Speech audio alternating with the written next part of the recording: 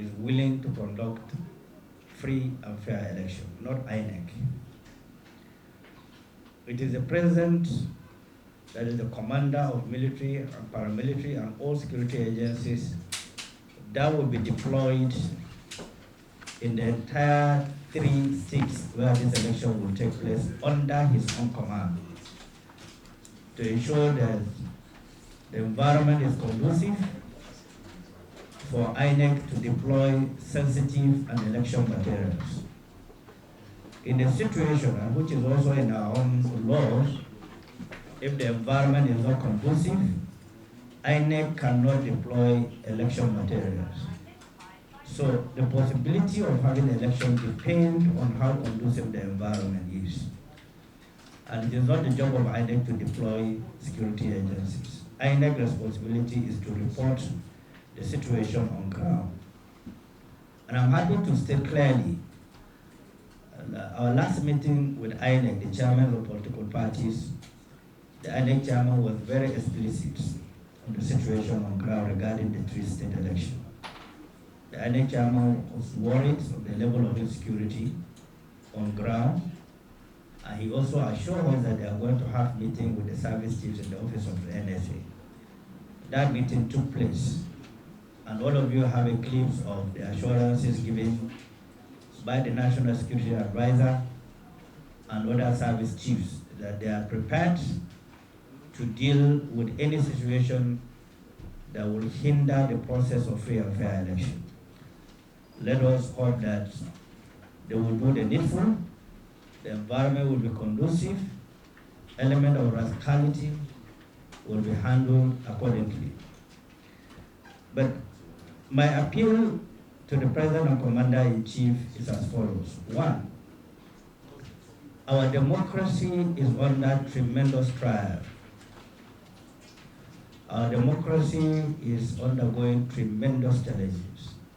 First, I condemned in totality as a party what's happened in Rivers, the situation going on in Rivers, a deliberate anarchy to subvert our democracy.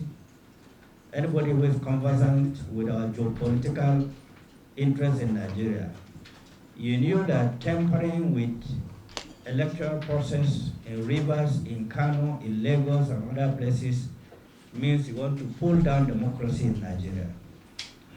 If you could remember, during the Shagari regime in 1983, when election of Chief Akin Omoboro was cancelled, the military used that as a ground to stage a coup. So which means that our democratic governments, our leaders that were elected, must be careful how they handle the fragility of our democracy today. The West African sub-region, democracy is under threat. Military coups are taking stages because of injustices that is being meted around. Nigeria, as one of the biggest countries in Africa, the biggest democracy in Africa, we must lead by example. We must do the needful. We must protect the system. We must protect the sanctity of the process. The era of allowing elected people to behave as emperors is gone, unless if we are not ready to protect this democracy. A lot of people have lost their lives. People have made so much sacrifice from 1999 to date. I'm sure some of the media have statistics of people that have died and been assassinated, because of their commitment to ensure that democracy stands in Nigeria. So many people worked so hard for the restoration of this democracy. Negotiations were made with the military people who agreed to go back to barrack. Then we should not create an environment where it will show clearly that we politicians have not learned our lessons. There is no coup that took place in Nigeria without the support of the political class.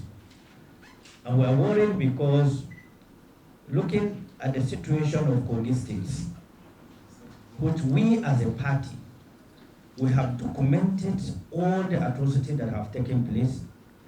We have written to the President and Commander-in-Chief. We have served all the service chiefs, including the Inspector General of Police, whose primary duty and responsibility is to secure the states, to provide law for citizens, statutorily the police. The police are fully aware of what is going on in Kogi State. And I'm happy that last meeting with the service chiefs and INEC, the security agencies admitted that the level of insecurity in Kogi is very high, and they are willing to act on it. Now, if we allow this kind of situation to continue, I'm sorry, we'll all pay for it, irrespective of our class status, whether elites, not elites, journalists, politicians. The country is our collective responsibility. And how we conduct ourselves have a lot to do with our future, and posterity will record each and every one of us. It's part of the reason why we are having this last press conference before the November 11 election that is going to take place in Kogi State. We are not known as fabricators of stories in Sdp. We are known as parties that speak the facts with evidence available to us. And on this ground, like I've mentioned, I want to appeal to the President. This will be the first, the biggest test of his will as the President and Commander-in-Chief to conduct election in the 3 off-season elections. Unfortunately, whether by design or otherwise, the 3 states have their own pocket of insecurity. But the height of it is Kogi State that worries everybody. In the past elections, it is the same Kogi that have created this panic in the land. If you could remember, we as a party, we suffered tremendously in Kogi State. Our offices were burnt down, people were killed and maimed. All parties became victims. A PDP woman was burned to ashes in her own house. That is how callous and inhuman we are. And that is not what democracy is about. Democracy is about humanity, it's about dividends of democracy, it's about restoration of decency and integrity of the citizens. So we, as you are aware of recent, our party have gone through process of attack. Our candidates have gone through process of attack, including assassinations. The first interview, we have showed you slides of those attacks, bullets, vehicles, and so on and so forth. The second one, we also demonstrated the same. The third one, we also have evidence and slides when our candidate was in the rally. The rally was disrupted. There were a lot of shootings. Innocent souls were killed. A young lady life was cut off. And police were aware. A police officer was arrested, confessing that he was directed to do that by a private individual that the governor have authorized, like giving him the authority to be either private security or what have you, to coordinate security activities for him in the states. I'm sure some of you have the video clip where the ASP of police was in full blood confessing what happened in Kogi State. Now, which means that it is not a fabricated story. It was a fact, visual facts that was established, videos when they were running helter-skelter. Some of the vehicles that were arrested were handed over to the police because we are not a lawless party. We handed over all those things to the police, so still police are investigating. Police still say they are investigating that officer. They are not sure of who he is. But the man have identified himself. He has mentioned those who directed him to carry that mission, which is not part of his beats. So it's a very pathetic story that, I mean, as a nation, from 1999 to date, I think our democracy must have produced grandchildren.